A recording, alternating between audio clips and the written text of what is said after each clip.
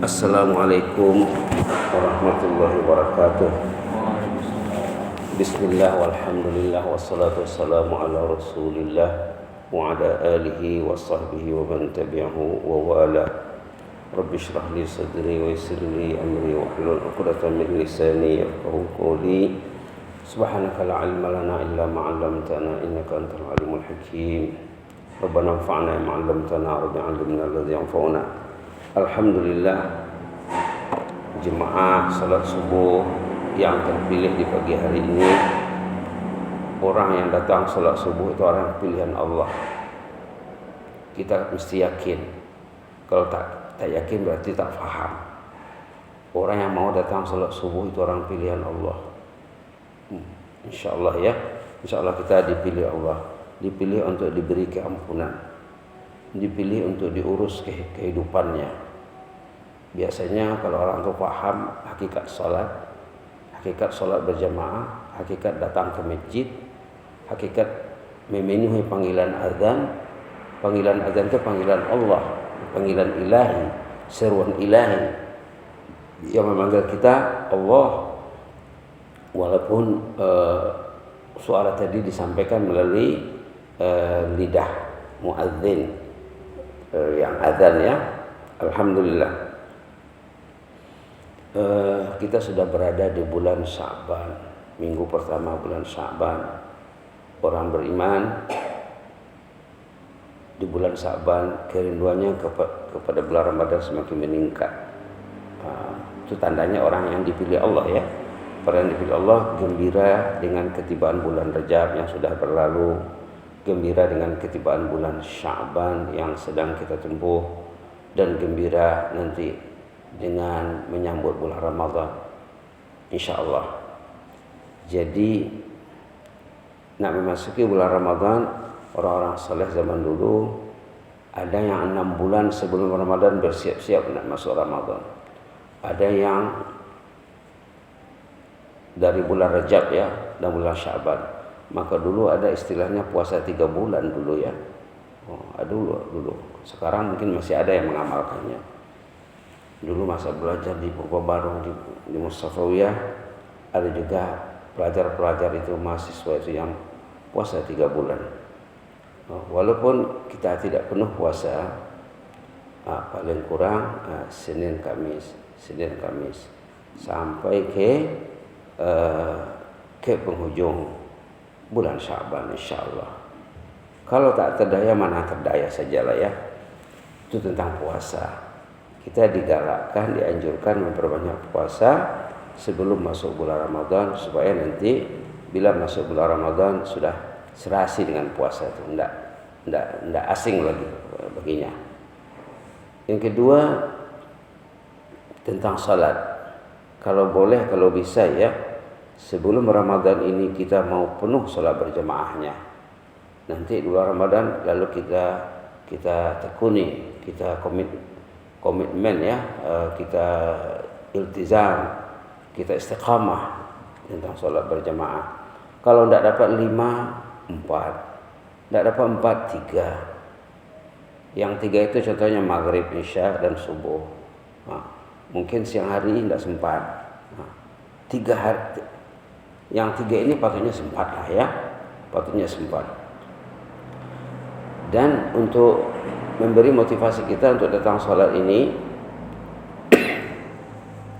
kalau kita contohnya sekarang sholat subuh, kita berniat nanti nak sholat zuhur atau sholat asar, atau nak sholat maghrib lah. Kalau sholat zuhur dan asar tidak sempat, kita berniat nak sholat maghrib, nanti saya mau datang lagi ya Allah. Setiap kali keluar masjid kita berniat, ya Allah nanti asar saya datang lagi, ataupun nanti isya saya datang lagi. Besok subuh saya pasti datang ya Allah. Begitu sepatutnya. Jadi niat itu berpanjangan ya, berterusan, tidak putus. Itulah seperti yang dikatakan tadi. Kalau tidak dapat 5, paling kurang yang 3 ini. Yang 3 ini mungkin tidak ada alasan kita ya tidak mau datang subuh. Tidak ada alasan. Maghrib, isya, tidak ada alasan, kecuali kalau ada alasan-alasan yang mendadak, yang emergency. Itu lain cerita lah ya. Itulah niatnya. Di samping puasa sunnah, kalau bisa kita berniat nak datang sembahyang berjamaah sebelum Ramadan, sepanjang Ramadan, insya Allah. Orang yang datang sholat berjamaah, dia punya fadilat sangat banyak sekali. Kalau datang sholat berjamaah, sholat subuh ini fadilatnya seperti beribadat tadi malam, tidak tidur, dia beribadat.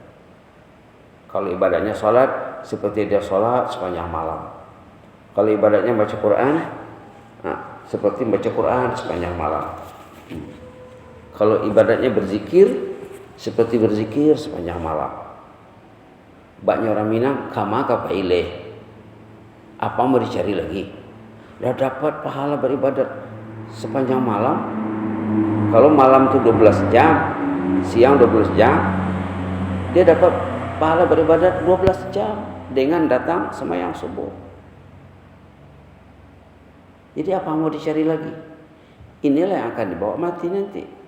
Nah, rumah itu tinggal, kendaraan itu tinggal, duit tinggal, sawah ladang tinggal, kekayaan tinggal, anak bini, anak istri, keluarga akan bercerai nanti.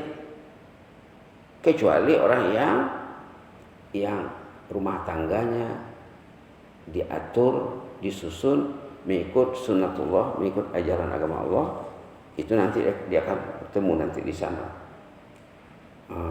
Saling mencari nanti di sana.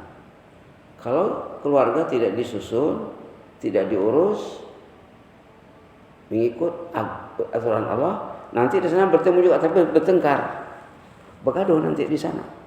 Suami menyalahkan istri, istri menyalahkan suami. Anak-anak menyalahkan bapaknya. Kenapa ayah tak ajak saya ke masjid katanya? Ayah ke masjid.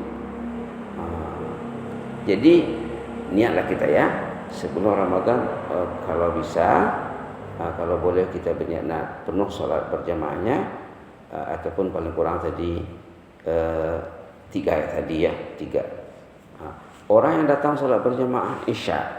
Tadi kalau subuh dia punya fadilat seperti beribadat 1 malam penuh. Malam itu 12 jam. Macam dia 12 jam itu penuh dengan ibadat. Bayangkan kalau kita baca Quran 12 jam berapa dapat tuh? Coba. Bayangkan kalau baca Qul Allah saja. Qul Allahu ahad, Allahus samad, lam yalid wa lam yulad, lam yakul lahu kufuwan ahad. Sepanjang malam itu dibacanya. Bayangkan berapa Qul Allah. Bayangkan kalau dia bertahlil la ilaha illallah, la ilaha illallah, la ilaha illallah sepanjang malam. Boleh dilihat, boleh dinilai 5 menit berapa dapatnya, semenit berapa dapatnya. La ilaha illallah ini ya, kalau kita beramal dengan ilmu, la ilaha illallah ini banyak dalam Quran. Antara lain ada dalam surah Muhammad. Dalam surah Muhammad. Jadi kalau kita berzikir la ilaha illallah, la ilaha illallah, kita niatkan ini ayat kalamullah, ayat 19 surah Muhammad halaman 508. Fa'lam annahu la ilaha illallah. La ilaha illallah. Berapa jumlah hurufnya? Nah, kalau kita baca Quran, kalau kita berzikir dari Al-Quran, itu hitungannya per huruf. Itu hitungannya per huruf. Itu hebatnya Al-Quran ini. Jadi bayangkan, kalau kita baca Yasin 1 malam, berapa Yasin dapatnya? Kiralah 1 Yasin itu berapa huruf. Nah, kalau nak tahu nanti ditanya saja di sini, berapa jumlah huruf surah Yasin? Dia akan jawab. La ilaha illallah itu hurufnya 12. La ilaha illallah, la ilaha. Tadi kita berzikir sesudah subuh sekitar 50. 50 kali 12 berapa? Berapa Pak? Ya?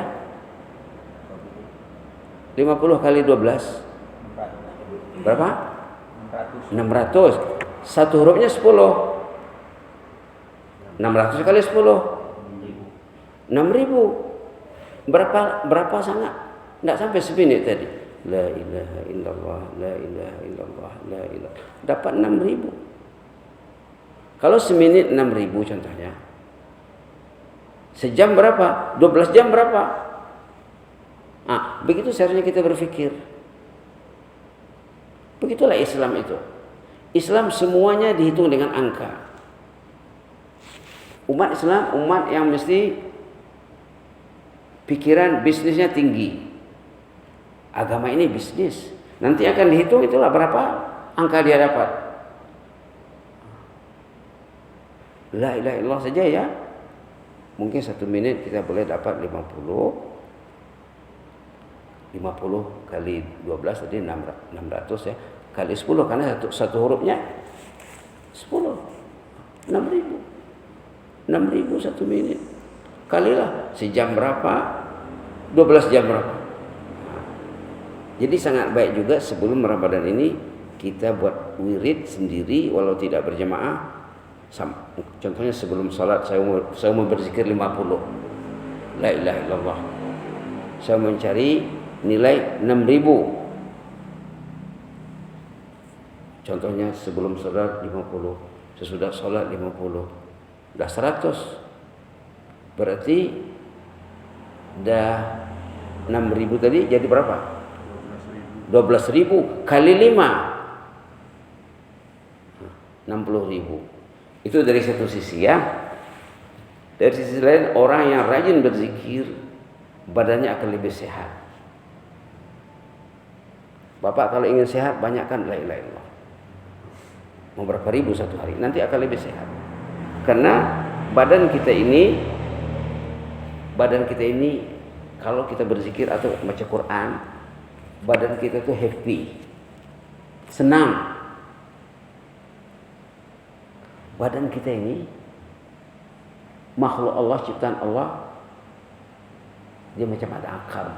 Paham dia dengan zikir kita, paham dia dengan tilawah Quran, paham dia dengan pergi ke masjid, dengan duduk di masjid. Subhanallah. Kalau ingin sehat, banyakkan zikir.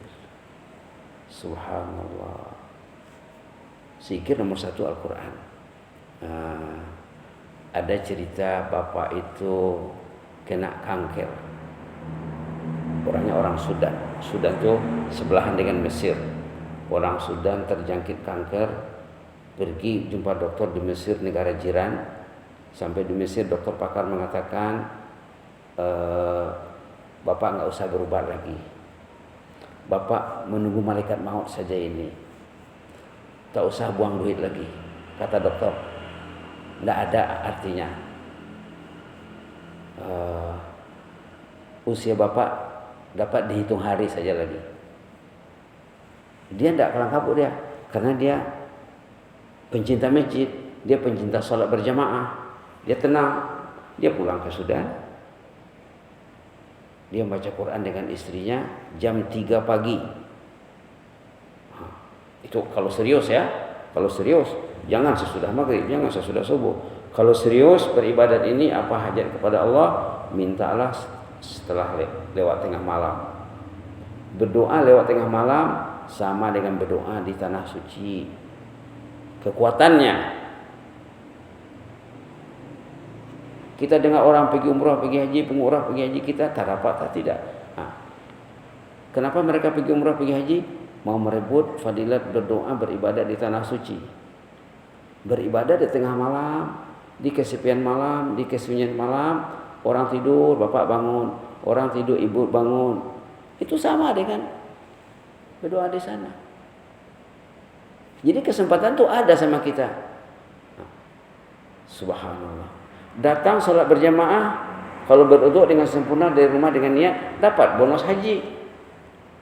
Kalau bapak dapat 5 kali datang sholat berjamaah ke masjid, 5 bonus haji satu hari. Kalau tadi fokus pada yang 3 saja, maghrib, isya, subuh, 3 haji satu hari. Itu kan ada dalam kepala kita. Allah tuh kekayaannya sangat luas. Allah tuh maha besar, maha agung. Dia tahu kita susah mau dapat haji. Kesempatan haji itu ada, umrah ada. Kembali kepada apa tadi, bapak yang terjangkit kanker, dia baca Yasin jam 3 pagi 7 kali satu malam. Bapak bisa tengok nanti satu Yasin itu berapa menit misalnya. Kalau 10 menit, berarti kalau 7 Yasin Bapak perlu 70 menit. 70 menit. Kalau startingnya jam 4 masih bisa ya. Nanti 4 jam 5.10 sudah habis contohnya lah. Masih sempat datang ke masjid. Jadi Bapak tadi saat dokter pakar mengatakan usianya tinggal bilangan hari, dia enggak cemas. Dia ada Allah di hatinya. Ada Allah di hatiku. Dia pun pulang ke Sudan. Dia membaca Yasin dengan istrinya 7 kali semalam, 7 malam berturut-turut. Startingnya dimulainya jam 3. Sesudah 7 malam pergi jumpa dokter, tidak ada kankernya, sembuh. Dia jumpa dokter di Mesir sesudah mungkin dah setahun berlalu atau lebih setahun. Dia cek di Sudan tidak ada kanker, dan dia pun makin sehat. Dia pun terasa makin enak. Lama-lama dia pergi ke Sudan ingin memastikan, mau jumpa dokter yang bilang usianya tinggal hitungan hari. Sampai di sana kata dokter, patutnya Bapak ini sudah dalam kubur ini. Apa amalan yang Bapak lakukan? Al-Quran, zikrullah, Yasin. Yasin. Ada juga seorang bapak itu ketemu dengan saya.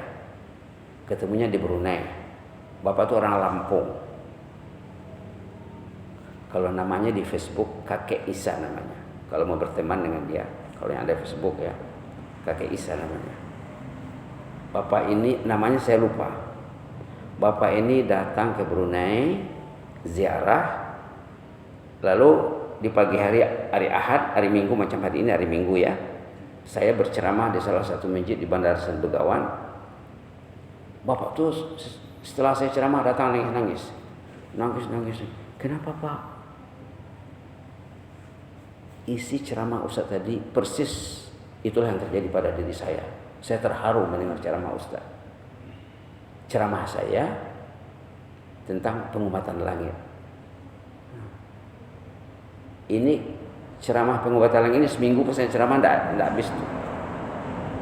Apa maksud pengobatan langit? Macam Bapak tadi lah yang kena kanker tadi. Dia sembuh setelah dia membaca surah Yasin yang menyembuhkan tentulah Allah ya. Artinya apa? Pengobatan langit itu berdoa kepada Allah, membaca Al-Quran untuk menagih kesembuhan. Itu maksud pengobatan langit. Jadi Bapak tadi setelah mendengar ceramah saya tentang pengobatan langit, kalau di Malaysia perubatan ya, kalau di sini pengobatan. Setelah mendengar ceramah saya, datang dia nangis. Saya sebenarnya katanya saya pernah stroke. Bapak ini langsung cerita sama saya. Orangnya orang Lampung, datang ke Brunei, berkisah di masjid sesudah salat subuh nangis. Saya pernah stroke Ustaz katanya. Waktu itu saya di Jakarta. Saya mau berangkat umroh, ini cerita umroh juga. Lantas saat mau berangkat dia stroke. Maka dia dirawat di rumah sakit di Jakarta. Sampai hari dia berangkat tuh dia belum ada perubahan, tapi dia nekat, dia yakin kalau dia berzikir insya Allah Allah akan beri kesembuhan. Dia tidak hafal Quran kan? Dia zikir. Kalau kita tidak hafal Quran, tidak hafal Yasin, tidak hafal surah-surah, kita boleh baca zikir-zikir yang ringan. Dia zikirnya apa? Subhanallah walhamdulillah wala ilaha illallah wallahu akbar wala haula wala quwata illa billahil aliyil azim. Coba kita baca 3 kali. Subhanallah walhamdulillah wala ilaha illallah wallahu akbar wala haula wala quwata illa billahil aliyil azim. Subhanallah walhamdulillah wala ilaha illallah wallahu akbar wala حول ولا قوة إلا بالله العلي العظيم سبحان الله والحمد لله ولا إله إلا الله والله أكبر ولا حول ولا قوة إلا بالله العلي العظيم. Inilah zikirnya waktu dia stroke. Dia bilang sama dokter, maafkan saya dokter, saya mau pergi umroh, resiko saya tanggung sendiri. Dia keluar dari rumah sakit Jakarta di bertungkar-tungkar, masih mampu bertungkar. Sampai di bandara dia gunakan troli itu, yang pengangkut barang itu untuk tempat dia bertelekan supaya dia kuat. Dia berangkat dari rumah ke bandara, menunggu di bandara. Dalam perjalanan tadilah zikirnya tidak berhenti. Kebetulan penerbangannya singgah di Kamboja, ibu negeri Kamboja, Phnom Penh namanya ya, Jakarta, Phnom Penh, Jeddah. Dalam perjalanan dia berzikir subhanallah walhamdulillah wa la ilaha illallah wallahu akbar wa la hawla wa la quwwata illa billahil aliyyil azim. Itulah zikirnya. Sampai di Jeddah sehat dia. Yang tadinya dia bertungkat naik kapal terbang, sekarang tidak pakai tungkat lagi. Kawan-kawannya kaget melihat, kagum melihat, wah bapak ini mantap sekali zikirnya rupanya katanya. Jadi zikir itu sama dengan tilawah. Kalau kita berzikir, badan kita ini happy, senang. Bila badannya happy, penyakitnya secara berangsur, secara bertahap akan sembuh. Insya Allah. Tapi jangan dibuat pantangnya ya. Baca Quran 5 menit, kemudian dibuat pantangnya setengah jam. Tidak jadi. Pantangnya karena dijaga. Pantangnya karena dijaga. Apa itu pantangnya? Perkara-perkara yang melalaikan dari zikrullah. Tengok ayatnya dalam surah Al-Munafiqun ya. Dalam Quran ada surah Munafiqun, surah orang-orang munafik. Allah memberi kita warning. Apa katanya di sini? Ya ayyuhalladzina amanu la tulhikum amwalukum wala auladukum an dzikrillah wa may yaf'al dzalika fa ulaika humul khasirun. Wahai mereka yang beriman, kamu jangan mau dilalaikan oleh harta. Amwalukum, kamu jangan mau dirintangi oleh harta, wa auladukum, dan anak-anak, an dzikrillah, kamu berinteraksi dengan media yang melalaikan kamu lupa kepada Allah, jangan katanya. Wa may yaf'al dzalika fa ulaika humul khasirun. Kalau siapa yang selalu terintang lalai, tak ingat Quran, tak ingat masjid, tak ingat salat, tak ingat zikir, rugilah katanya. Artinya zikirnya tadi tidak mencapai sasaran. Baik ya, sudah dua contoh. Contoh ketiga. Jadi contoh pertama tadi bapak dari Sudan yang kena apa tadi? Kanker. Contoh kedua bapak dari Lampung yang kena stroke. Contoh ketiga bapak dari Arab yang koma lagi aneh ya, lagi dahsyat, lagi parah. Komanya 15 tahun terbaring di rumah sakit. Punca dia koma, dia eksiden, kecelakaan lalu lintas. Dia naik mobil di jalan tol. Di sana jarang orang yang kecepatannya 100, mesti di atas 100, 110, 120, kadang lebih. Karena jalannya luas, jalannya mulus dan datar. Lalu dia kalau bahasa Malaysia terbabas, apa namanya? Terbanting. Jadi dibawalah ke rumah sakit. Waktu diperiksa ternyata 95% sel otaknya sudah rusak, tidak berfungsi lagi. Jadi dia terbaring saja. Waktu itu anaknya yang pertama perempuan berumur 2 tahun. Di awal kejadian ini si anak namanya Asma masih 2 tahun umurnya. Sekarang bapaknya sudah 15 tahun di rumah sakit, terbaring, tidak bergerak. Lama tuh ya. Jadi si anak tadi udah berapa umurnya? 17. Anak ini bila sudah menjangkau usia dewasa, dia berpikir, ya Allah bapakku, ya Allah. Maka dia minta sama ibunya, mak, malam ini saya akan tidur di samping ayah, saya akan bacakan Quran sama ayah, saya akan berdoa, insya Allah Allah akan memberi kesembuhan. Mula-mula emaknya kurang yakin, janganlah nak, udah 15 tahun soalnya dokter sudah nggak bisa bikin apa-apa katanya. Kita serah, kita tunggu saja lah apa yang Allah beri sama bapakmu. Enggak mak, saya akan coba juga. Berangkatlah dia baca Quran. Di samping bapak dia baca Quran mungkin dari jam 1.30 dari setengah 2 kata orang Indonesia sampai dekat subuh, enggak berhenti. Yakin akan pengaruh tilawah, yakin akan pengaruh doa dan zikir. Menjelang subuh duduk bapaknya. Ini banyak ditulis ini ya. Kalau mau rujukan nanti saya kasih rujukannya, tulisannya. Duduk bapaknya, ngomong. Apa dia bilang, dia kalau Arab, man anti wa maza taf'alina huna, katanya. Kamu ini siapa sih? Ngapain di sini? Anak tadi macam bingung. Betul kah bapak saya ngomong? Jangan-jangan saya angan-angan saja ini.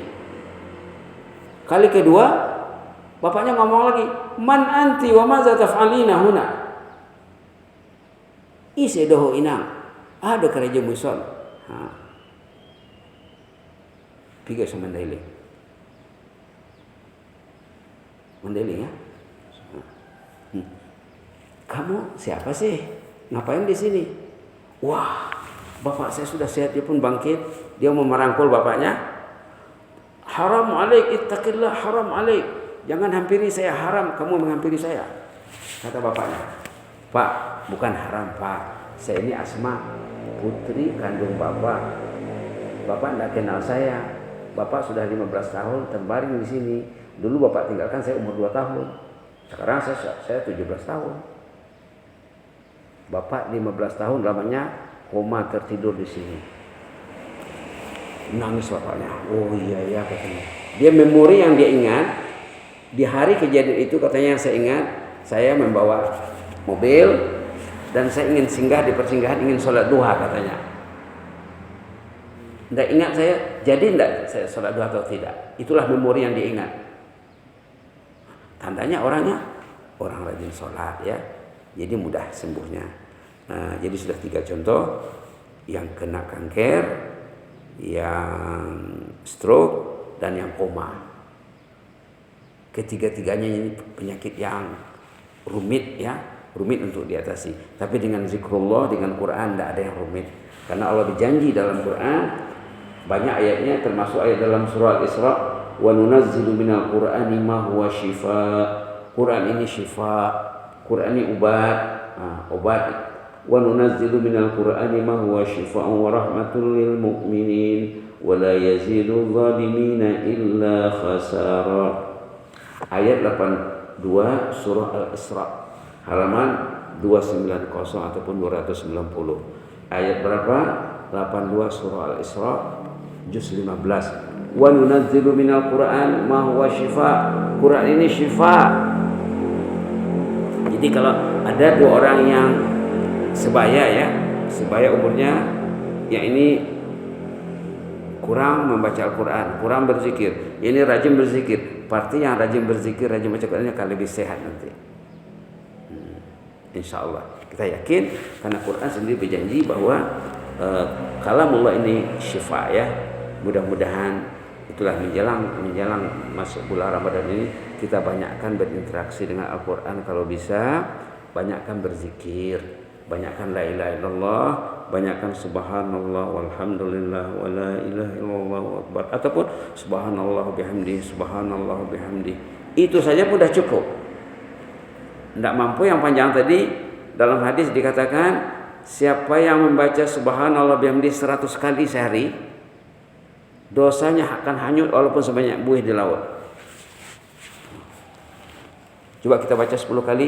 Subhanallah bihamdi, subhanallah bihamdi, subhanallah bihamdi, subhanallah bihamdi, subhanallah bihamdi, subhanallah bihamdi, subhanallah bihamdi, subhanallah bihamdi, subhanallah bihamdi, subhanallah bihamdi.